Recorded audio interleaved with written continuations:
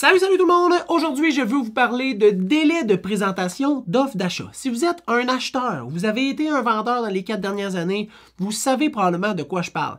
La genre de mention sur Centris là, qui est marquée les vendeurs s'engagent à ne pas répondre à aucune offre d'achat avant dimanche 19h. Les offres d'achat doivent être valides jusqu'à lundi 23h59.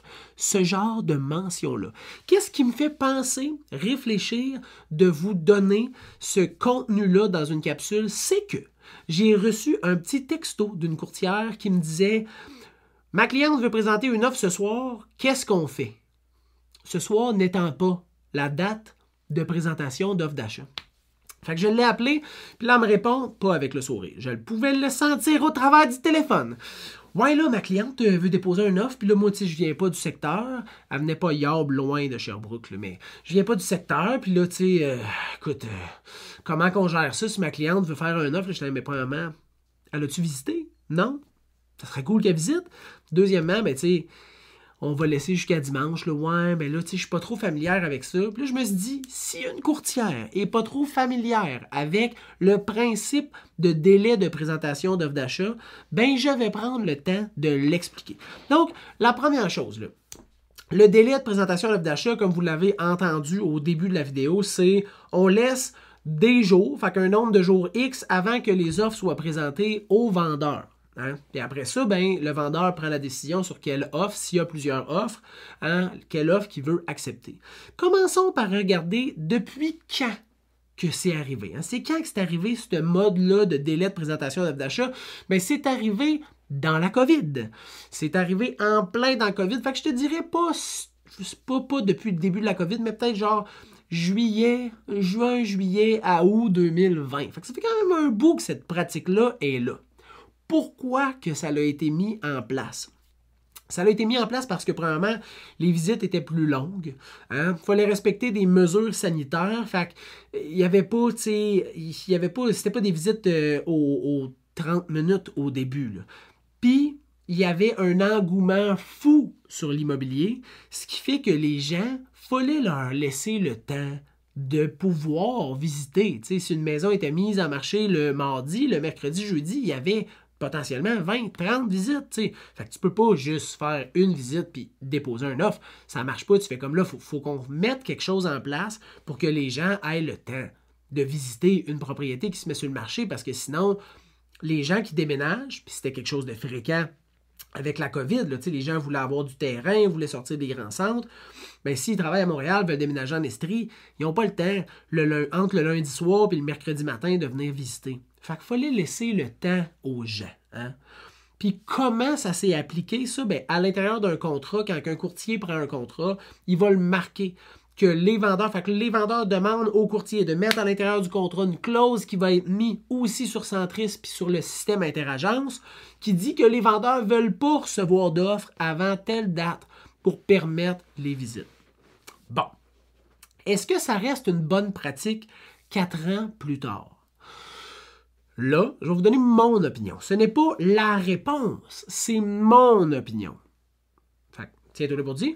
Moi, je pense que c'est encore une bonne pratique parce qu'il y a encore un manque d'inventaire de propriétés disponibles pour les acheteurs potentiels.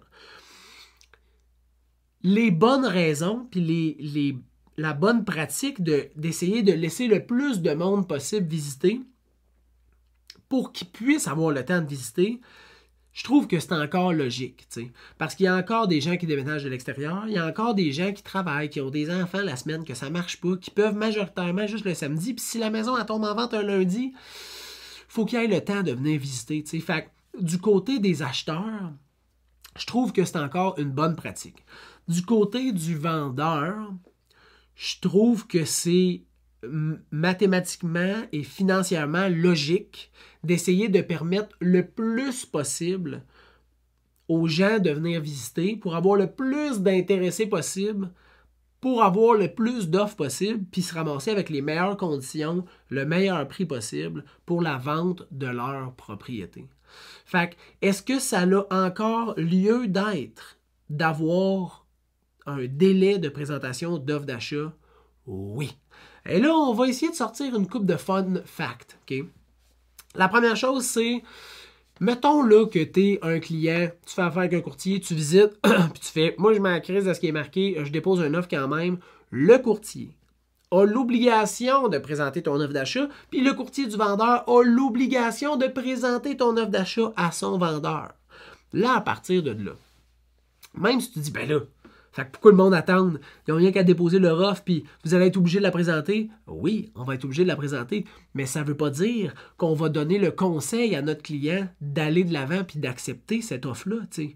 Si, exemple, on se met un time frame, là, le lundi, c'est mis en vente, le mardi, il y a quelqu'un qui est rapido, hein, Speedy Gonzalez, puis qui visite, puis le mardi soir, il dépose une offre bonne jusqu'au mercredi matin. Je sais que cette maison-là a un potentiel de visite, puis je commence déjà à recevoir des demandes de visite d'autres personnes, de clients puis de courtiers. Mon conseil à mon client, ça risque d'être de refuser l'offre.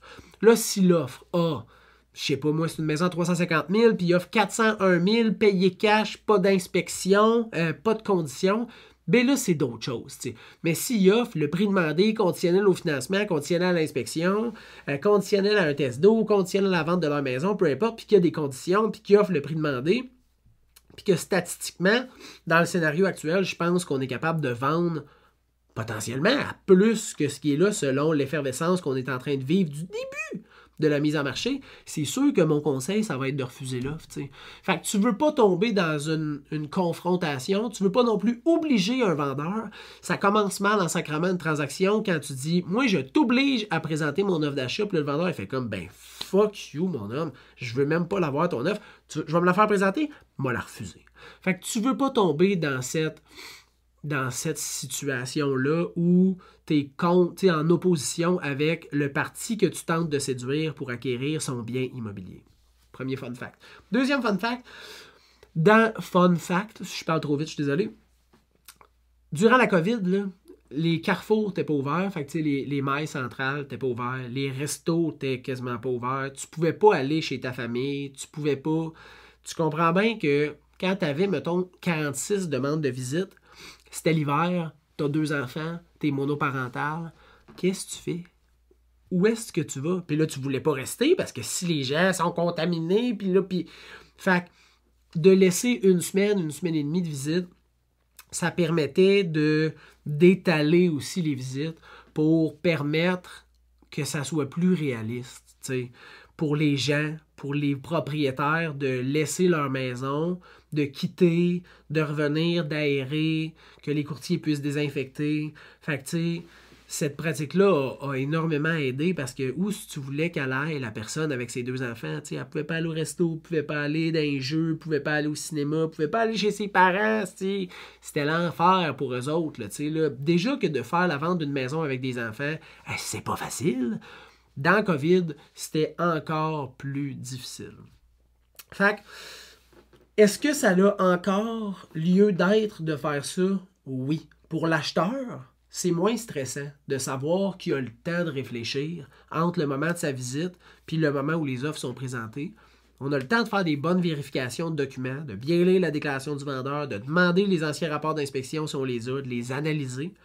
Pour le vendeur, c'est financièrement logique d'essayer d'avoir le plus de visites possible. C'est chiant. Faut que tu fasses le ménage. Faut que tu quittes chez vous. Faut que tu laisses les lieux.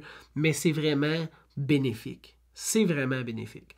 Fait que ce délai de présentation-là fait encore partie de notre quotidien, du moins de mon quotidien, parce que j'essaie de faire que ça soit le fun pour les 2 parties le plus possible. Puis j'ai l'impression qu'il va encore faire partie du quotidien pour un petit bout de temps. Fait que si t'es courtier, acheteur, vendeur, tu connaissais pas ça, c'est à se casser à la capsule. C'est juste pour toi. Si jamais tu as des questions, tu peux aller au serviceimmobilier.ca puis me poser toutes tes questions dans l'onglet « Contactez-nous ». J'espère que tu as aimé la capsule et on se revoit bientôt. Ciao, ciao.